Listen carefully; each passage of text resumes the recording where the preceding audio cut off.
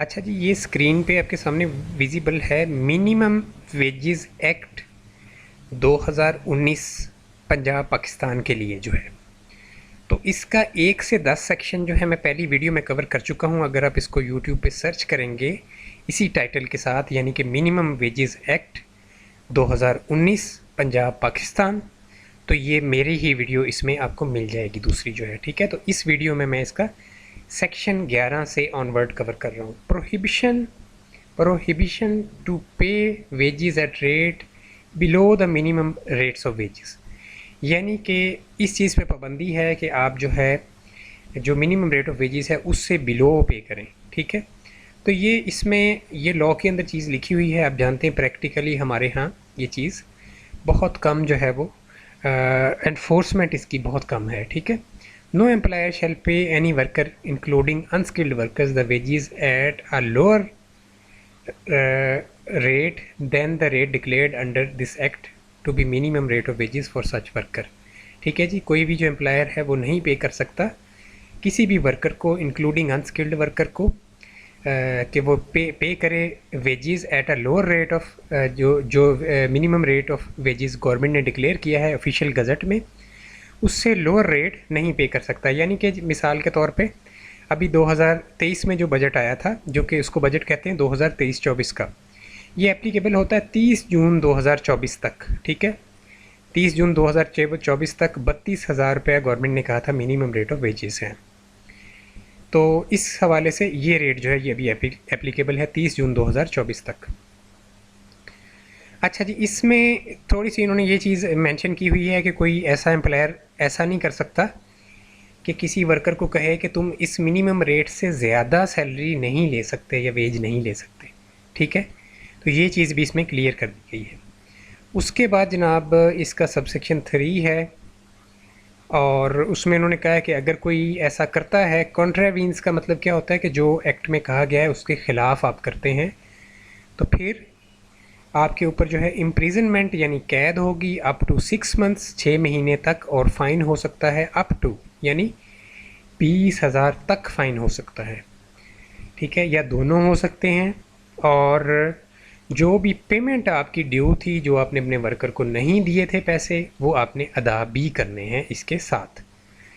इसके बाद जनाब सेक्शन 12 पे मूव करते हैं। Claims arising out of wages paid lower than minimum wages and penalty for malicious और वैकेशियस क्लेम्स। तो इसमें यह है कि authority shall hear and decide all claims arising out of payment of wages lower than minimum wages to the worker including unskilled workers in the area whose minimum rate of wages have been declared under the provision of this act. तो जो authority है वो ये decide करेगी, यानी कि ये जो इसकी एप्लीकेशन है ये बेसिकली आपने लेबर कोर्ट में नहीं लेके जानी होती, बल्कि इसकी एप्लीकेशन आपने मिनिमम वेजेस बोर्ड जो है, जो कि बना हुआ है मुख्तलिफ़ इदारों में, ज़्यादातर जो है FBR का जो दफ्तर होता है उसके साथ ये बोर्ड का जो है 1-2 कमरे बने होते हैं। ठीक है, मिनिमम वेजेस बोर्ड जो है जो लेबर लॉ को डील करता है। ठीक है जी, तो इस हवाले से मिनिमम वेजेस की अगर किसी को कंप्लेन है तो इस अथॉरिटी को वो सबसे पहले जो है वो जाके उनको एप्लीकेशन देंगे। अच्छा, ये एप्लीकेशन कौन दे सकता है? सच वर्कर हिमसेल्फ। ठीक है, या तो वर्कर ख़ुद भी एप्लीकेशन दे सकता है, थ्रू एनी अदर पर्सन, किसी दूसरे बंदे को ऑथराइजेशन लेटर दे के भेज दे, या लीगल प्रैक्टिशनर को भेज दे, या any officer peer of registered trade union duly authorised in writing to act on his behalf. ठीक है, ट्रेड यूनियन के ऑफिसर को भेज सकता है और उसको लिख के दे कि मैं ये बंदा मेरे जो है बिहाफ पे एक्ट कर रहा है।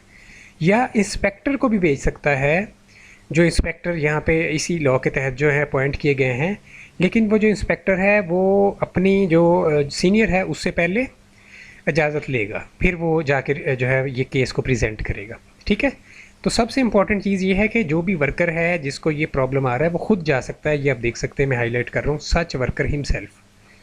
ठीक है जी, 6 महीने के अंदर अंदर आपने जाना होता है। अगर कोई स्पेशल सर्कमस्टांसिस हैं, कोई बंदा, किसी को कोई बीमारी बहुत बड़ी हो गई है, हॉस्पिटलाइज्ड है या कोई और इशू है, फिर 1 साल तक आप जा सकते हैं, लेकिन आपको वहाँ पे प्रूफ देना पड़ेगा।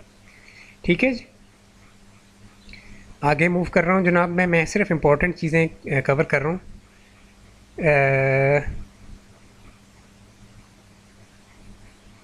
अच्छा जी, ये बोर्ड क्या करेगा, डायरेक्ट करेगा, ठीक है जी, एम्प्लायर और सच एनी अदर पर्सन, यानी जो मैनेजर वगैरह होगा उसको कहेगा कि जो भी सैलरीज इस बंदे की आपने कम दी हैं या डिले किया हैं या पे नहीं की, वो आप इसको दें। और पेनल्टी जो है वो 10,000 तक, यानी सज़ा जो है एम्प्लायर को 10,000 तक फ़ाइन हो सकता है, ठीक है जी। इसके बाद नीचे इन्होंने बताया हुआ है कि ये जो सज़ा है, जो ये जो फ़ाइन है एम्प्लायर को, ये नहीं होगा अगर कोई बोनाफाइड एरर हो गया हो, ठीक है, एम्प्लायर की जानिब से, या बोनाफाइड डिस्प्यूट हो। बोनाफाइड से क्या मुराद होता है, गुड फेथ में, ठीक है, यानी कि जानबूझ के ना किया हो बल्कि गुड फेथ में किया हो, उन्होंने जो एरर है वो उनसे गुड फेथ में हुआ हो, ठीक है जी। या कोई डिस्प्यूट हो कोई उनके दरमियान, एम्प्लायर एम्प्लाई के दरमियान, या कोई एमरजेंसी हो गई हो, ठीक है, या जैसे कोई दिवालिया हो गया हो इदारा, तो फिर उसको फ़ाइन वो नहीं करते, ठीक है। या फॉल्ट ऑफ वर्कर हो, वर्कर का अपना कसूर हो तो फिर भी फ़ाइन नहीं होगा एम्प्लायर को, ठीक है जी। इसके बाद जनाब सबसेक्शन 4 है, अगर एम्प्लाई ने वैसे ही झूठी दरख्वास्त दे दी है तो फिर क्या होगा। तो ये ब्लू कलर में मैंने ये हाईलाइट किया हुआ है कि ना सिर्फ बोर्ड उस एप्लीकेशन को रिजेक्ट कर देगा बल्कि 1,000 रुपये जो है वो अप टू 1,000 रुपीज़, ठीक है, उसको फ़ाइन हो सकता है एम्प्लाई को भी।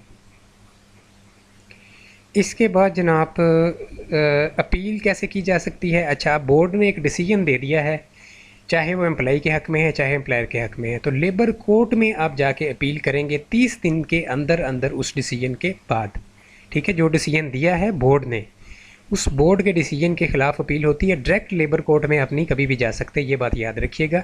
लोगों को मिसकंसेप्शन है कि डायरेक्ट लेबर कोर्ट में जाना है, डायरेक्ट लेबर कोर्ट में नहीं जा सकते, ठीक है जी। अपील के लिए जा सकते हैं, यानी जो फैसला आ गया उसके ऊपर आप अपील कर सकते हैं।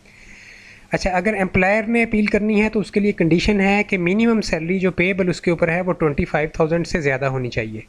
और अगर एम्प्लाई जो वर्कर है उसने अपील करनी है तो मिनिमम जो सैलरी का डिस्प्यूट है वो 5,000 से ज़्यादा होनी चाहिए, फिर वो अपील कर सकता है, अदरवाइज़ बोर्ड के डिसीजन को फाइनल लिया जाएगा, ठीक है जी। ये मैं इंपॉर्टेंट चीज़ें कवर कर रहा हूँ। हर वर्ड लॉ का आपने पढ़ना है, कोई चीज़ भी छोड़नी नहीं है, हर वर्ड के अंदर कोई चीज़ होती है।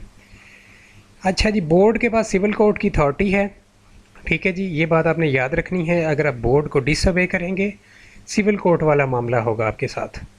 इंस्पेक्टर जो है वो अपॉइंट कर सकता है, जो गवर्नमेंट है वो इस एक्ट के तहत स्पेशल इंस्पेक्टर्स होंगे और उनको वो ऑफिशियल गज़ट के अंदर अनाउंस कर देगी, फ़लाँ एरिया के लिए फ़लाँ इंस्पेक्टर, फ़लाँ एरिया के लिए फ़लाँ इंस्पेक्टर।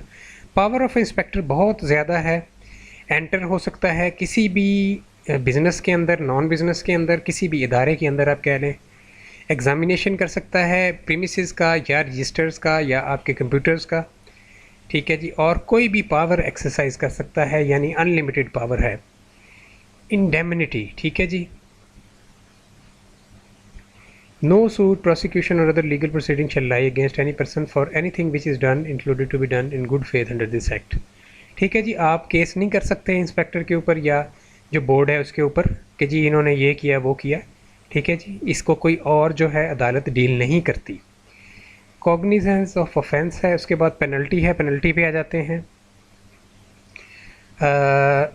अगर आप इंस्पेक्टर को अपने इदारे में नहीं आने देते, ठीक है जी, 20,000 तक आपको फ़ाइन कर सकते हैं और मिनिमम फ़ाइन इसमें 5,000 रुपये होगा, ये सज़ा है। उसके बाद ये आप नीचे से पढ़ सकते हैं, ये बहुत इंपॉर्टेंट चीज़ें नहीं हैं। Removal of difficulties, prosecution against discrimination, discrimination नहीं होगी, सबको बराबर ट्रीट किया जाएगा। Power to make rules, repeal and savings, और इसके बाद ये ख़त्म हो गया और इसमें मज़ीद कोई इंपॉर्टेंट चीज़ नहीं है, ठीक है जी।